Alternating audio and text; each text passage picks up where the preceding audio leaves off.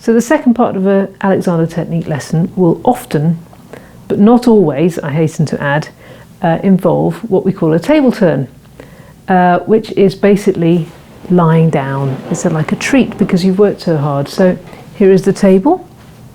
Here is the turn. Here is the turn. So Chris, so you park your middle on the middle there. So I'm going to guide you backwards. I'm going to put your hood up. Right on my ears, like that. You might want to shift your bottom forwards a little bit. Whose definition of forward? Or towards the window. Right. Okay, just so we land your head on these books. This is, Yeah? Okay. So we're starting with, so normally we avoid hoods. Hoods, I don't mind. Some teachers say, oh, no hoods. But I know that Chris usually wears a hood, so I use it to the advantage. But normally I would like to be able to reach your neck, muscles under here. So we put your head on some books, and he's got his feet up. So the knees are pointing upwards. That's good. I'll explain about that when we get there. So we use hard books, so paperback books or hardback books if you can't find any. And the number of books will depend very much on the person and the lesson. The idea is that your head is not being pushed forwards or backwards. But saying that, I think I might take a book away. Don't take Rousseau away, I like that one. Oh, well, I'll take Walden away. I like Walden. Yeah, don't take, yeah. Rousseau can stay. Sometimes you might learn something through osmosis. No, that's a joke. At school we used Reader's Digests. If you have any Reader's Digests, send them our way. That feels a bit better to me. So again, like all lessons, all teaching, I'm using my hands gently. This isn't massage, this is just guiding, encouraging. So your head, Chris, is on the books. Yourself is on the table.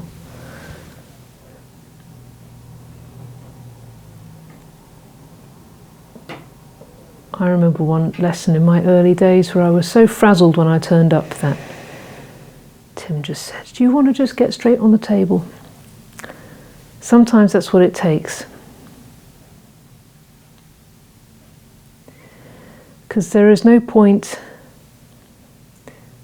working on doing more things to counteract what you think the problem is if you're not stopping the things that are causing the problem.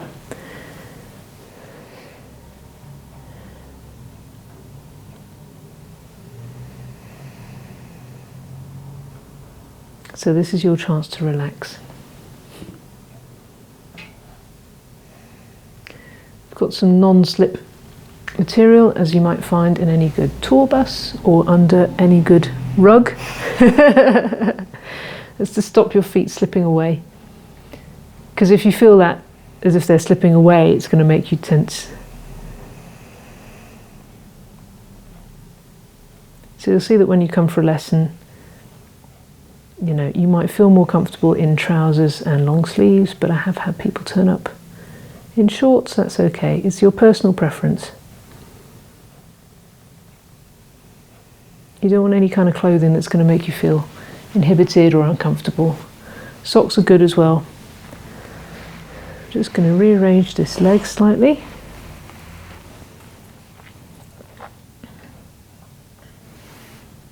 We Alexander teachers really appreciate a good pair of socks.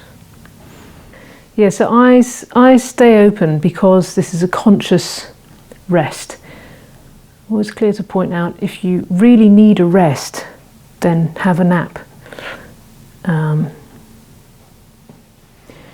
You know, go to bed, get the duvet over you. You can put a pillow under your knees. That's a really nice thing to do. Lie on your back. Put a pillow under your knees. It just takes the pressure off your lower back. If Chris's legs were flat, then his back could well kind of pop up. The lower back could pop up. But the idea of this is to get the spine nice and flat for gravity to do the helping.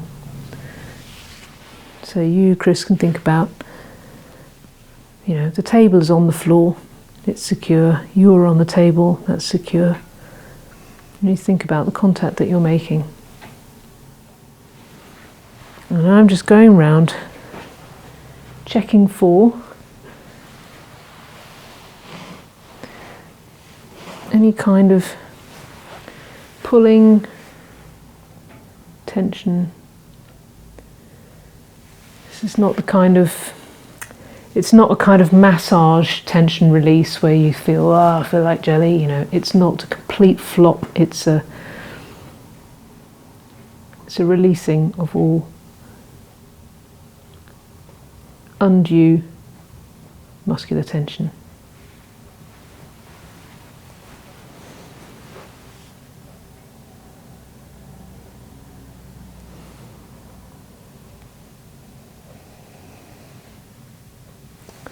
So every now and again I'll come back to the head and I'll check what's going on.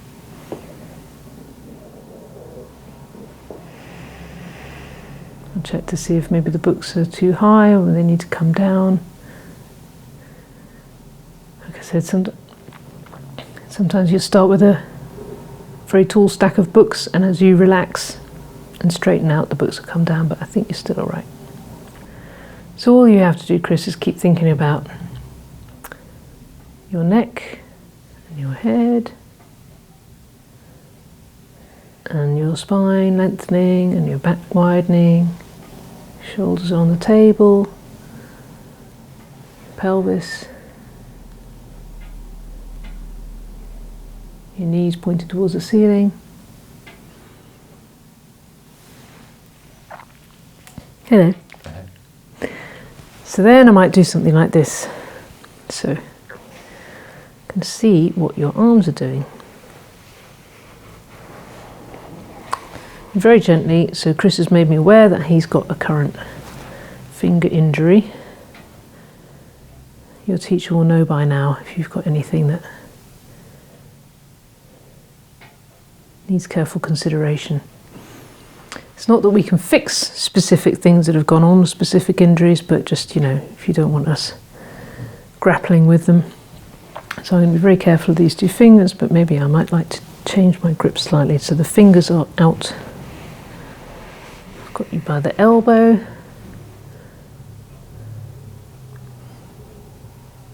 I'll see if by connecting the arm back in, it might want to turn.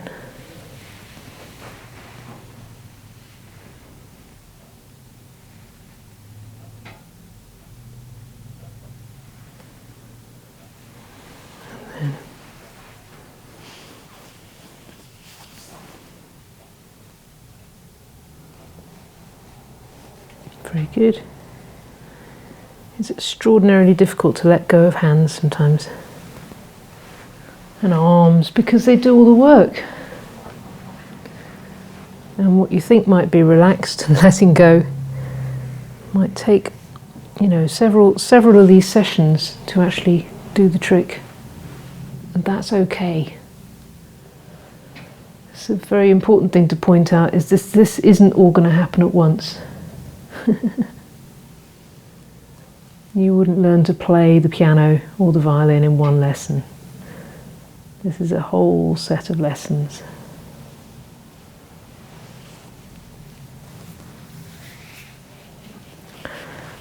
I'm just waiting for Chris's arm just to kind of hang,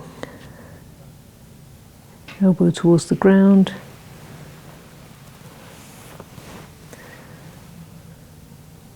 Nice. I'm going to go back and visit your head again.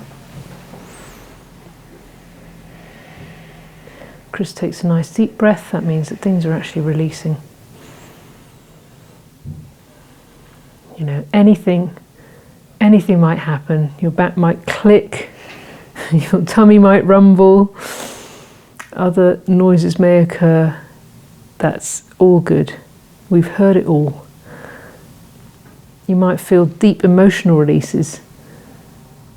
We can't tell what is bolted into your body. But the idea is that you're in a safe place. So now let's see what's happening with the shoulder blade. I'm going to put so anything that we do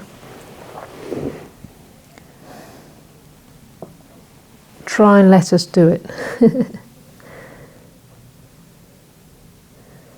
Teachers know how to move things, legs and arms and shoulder blades.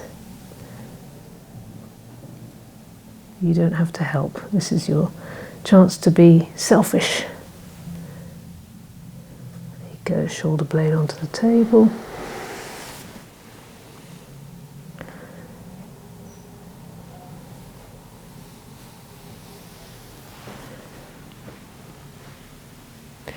We might move a leg. If you're on your own, you can do this on the floor. Depending on what non-slip matting you have, just let the knee flop out to one side and let the foot slide across the ground. Take one leg out at a time, because again, you don't want the pelvis to tip this way so that the back tips up. What we're looking for is the back to be flat, laid nicely along the table. This leg to stream outwards.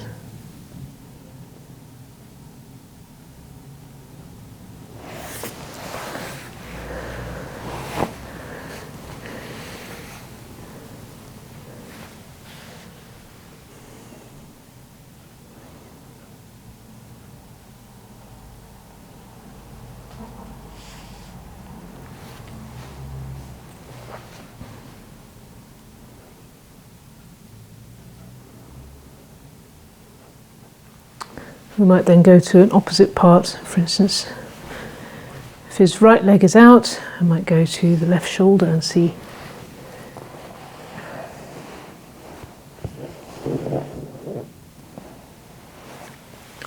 what's going on.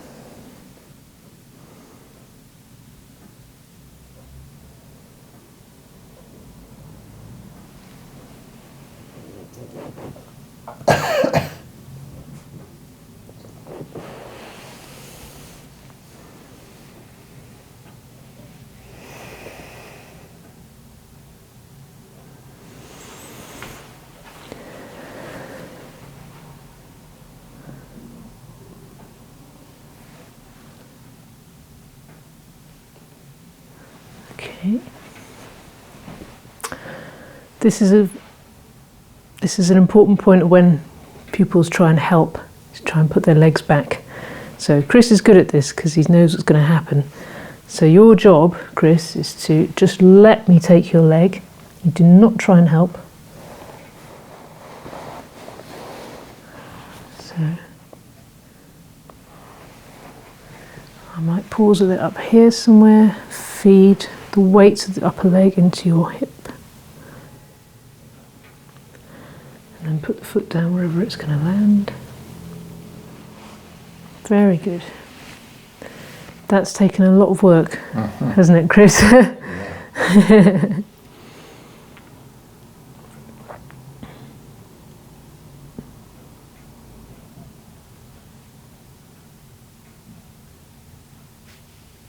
So you see a little bit of a flop going on here now because your leg has released itself.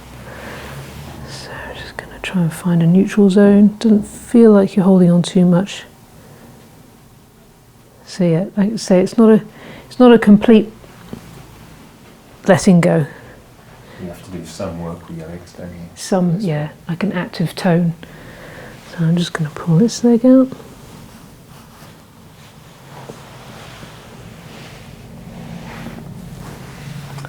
Put my hand under Chris's lower back.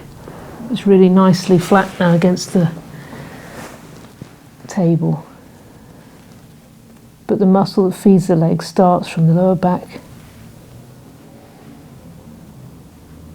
Just letting it lengthen. Again, Chris is not doing anything except just try and let go of any niggles of tension that he's finding in there. Just say it's okay to let go. This might not happen all at once. It takes several sessions.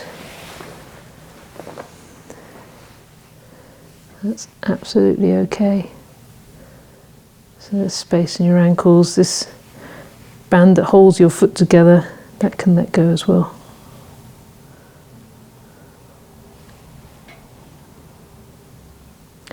So see, at no point am I actually massaging anything or pressing anything. It's just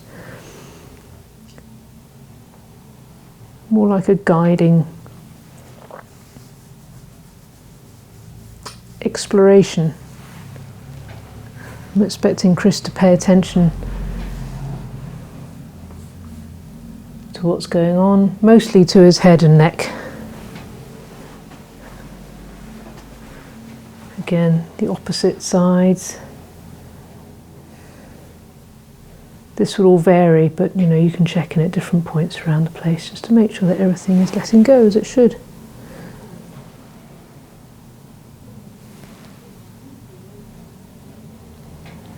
Okay, put this foot back again.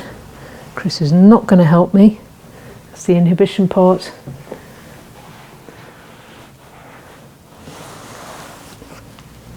Take a foot and the heel is coming up to his weight into his hip, and then just put the foot down wherever it's going to land.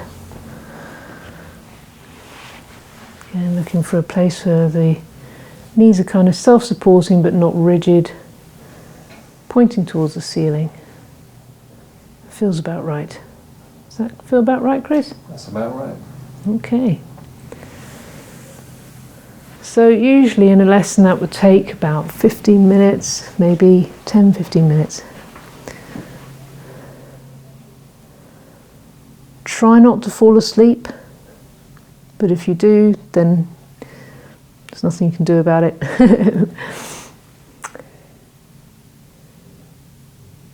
If you do fall asleep, it's not, you know, it's not the world's worst thing. It obviously has to happen. But what we want to aim for is an awareness of what's going on. The table in a lesson is for my benefit, it's for the teacher's benefit. It means we don't have to crawl around on the floor in a deep squat. Just easier for us to work with. But at home you're unlikely to have a table, even though you can use the dining table if you want. That's a known thing, to put some padding down, whatever you want to do.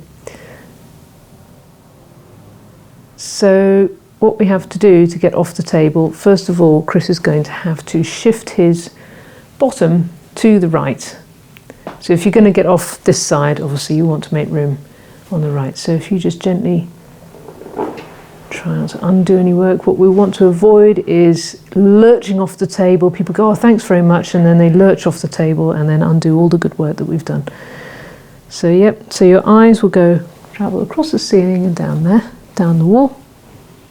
At the same time your knees will come over and this arm will come over. So now you're on your side. You push yourself up with this arm. Let your legs flop down onto the ground. And take a moment for the contents to settle. Yeah. You might get a head rush, you might feel dizzy, you might notice that you were 3 inches taller than when you lay down. All these things need a moment, especially if your blood pressure is not where it should be. Take a moment, just remember where you are. Then when you're ready, just push yourself with your hands gently onto the floor. We've just adjusted the camera because our heads were chopped off the top. But now you're standing on the floor, Chris, you've got the recent memory of the table against your back. Your back is not going to be as flat as it was on the table. Mm-hmm. You've got that slight curve coming back in, which goes in here, up there, up to your head. But remember where your feet are and the top of your head is.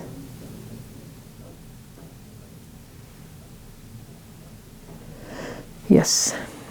And your hips, remember, have the potential to go back. Your knees have the potential to go forward. And there you are. So if you were just to come forward and your right foot will go. And there you are. Walk into the camera.